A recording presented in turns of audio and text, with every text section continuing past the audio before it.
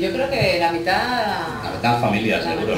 Sí, te veo muy suelto. Familia. Te veo muy suelto, por eso lo he deducido que... Hay otros que no, yo ahí miro más en serio y aquí miro. Claro, esta parte es la mía.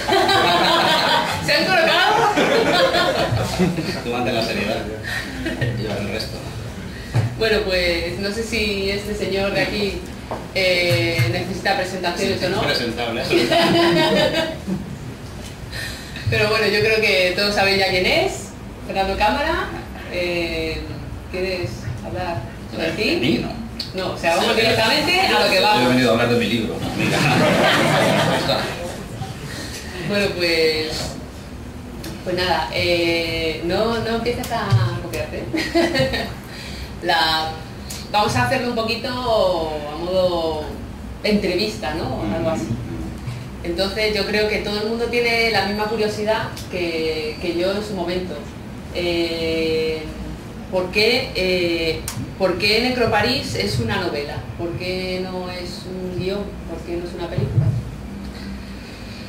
Pues no lo sé. O sea, bueno, sí lo sé clarísimamente. Cuesta un huevo hacer esto en cine. O sea, es carísimo.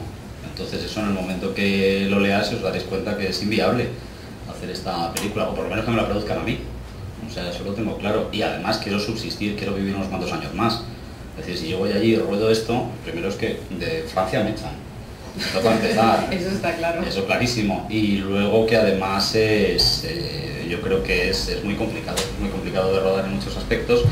Y aunque algunas veces han dicho que qué tal sería esto como película y que ven que es como una película porque es muy gráfico, que es muy directo y muy rápido, no, para mí esto es una novela. Habla desde dentro. Es decir, la diferencia de cuando haces un guión o cuando haces una novela es cuando hablas desde dentro de la cabeza de los personajes, y esto es una novela que ocurre dentro de la cabeza del personaje, básicamente.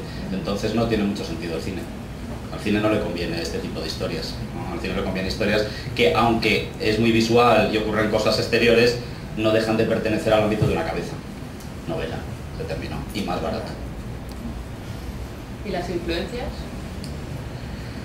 Las influencias, aparte pues... de París, sí, está claro. aparte, no, hombre, sobre todo París. O sea, el origen de esto, aparte de que tengo un montón de influencias sobre el terror y algunas muy concretas, que incluso salen en el propio libro, yo creo que la influencia es el viaje.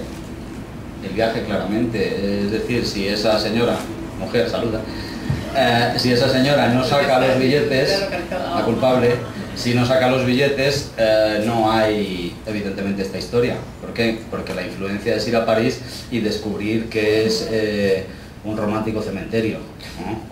Entonces, decir, qué bonito es, qué estupendo es, pero a las 8:30 cerramos la ciudad y te quedas con los mendigos y ahí te pudras. Y claro, dices, muy romántico, pero ella y yo nos dábamos unas cabalgatas de velocidad para volver al hotel, que encima cambiaba de lugar. Esto ya sí es un problema mental, supongo, no tiene nada que ver con la realidad. Espero que no estén cambiando los hoteles en París simplemente para aturdir a los turistas, pero aquel hotel de repente no lo encontrabas o desaparecía. Te ves dentro de una película. A mí el cine me gusta mucho, pero desde fuera. O sea, es decir, lo ves y es encantador, pero vivirlo desde dentro, ese tipo de experiencias, no me hacía mucha gracia. Se puebla de mendigos muy curiosos, que los parisinos dicen, no tenemos mendigos. No, ¿cómo que no? Claro que los tenéis, lo que pasa es que los tenéis de alto standing. Pero son mendigos y están por ahí y estaban en el suelo y se reunían en círculo. Y claro, con una posición muy particular, con una manta entre medias, y toqueteaban algo por ahí abajo, y yo no sé qué será, prefiero no saberlo. Y un día vi que sacaban una chaqueta bien planchada, estupenda, magnífica, carísima. Y dije yo, qué cosa más rara. Debe ser que la roban. Por la mañana lees en los periódicos del hotel que ha desaparecido otro yuppie. Ha desaparecido otro yuppie, esto tiene una chaqueta de yuppie. Claro, una mente calenturienta como la mía ya no hace falta que le des más. Dices, se están jamando a los yuppies. Se los están comiendo. O sea, no están dejando nada. Dices, ¿por qué está pasando esto? Dices, por la crisis. La crisis, es decir, lógico, es decir, los que antes tiraban basura más rica ya no tiran tanta, los de abajo se empiezan a poner más nerviosos y claro, al final empiezas a reflexionar y la historieta no es nada más que un miedo social, el terror actual de alguna manera. ¿Cuál es? ¿Qué pasaría si evidentemente estos señores que están mucho más preparados para subsistir, los mendigos, que nosotros, porque si a nosotros nos cortan el líquido económico, que somos un poco débiles, no sé cómo salimos adelante? Estos señores sí, están acostumbrados.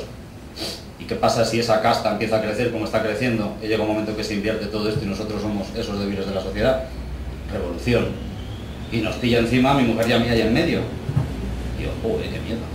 Claro, evidentemente esto ocurre en 3 días. No ocurre en el tiempo en el que se va a dar, en la realidad. Siento contaros esto, pero ocurrirá.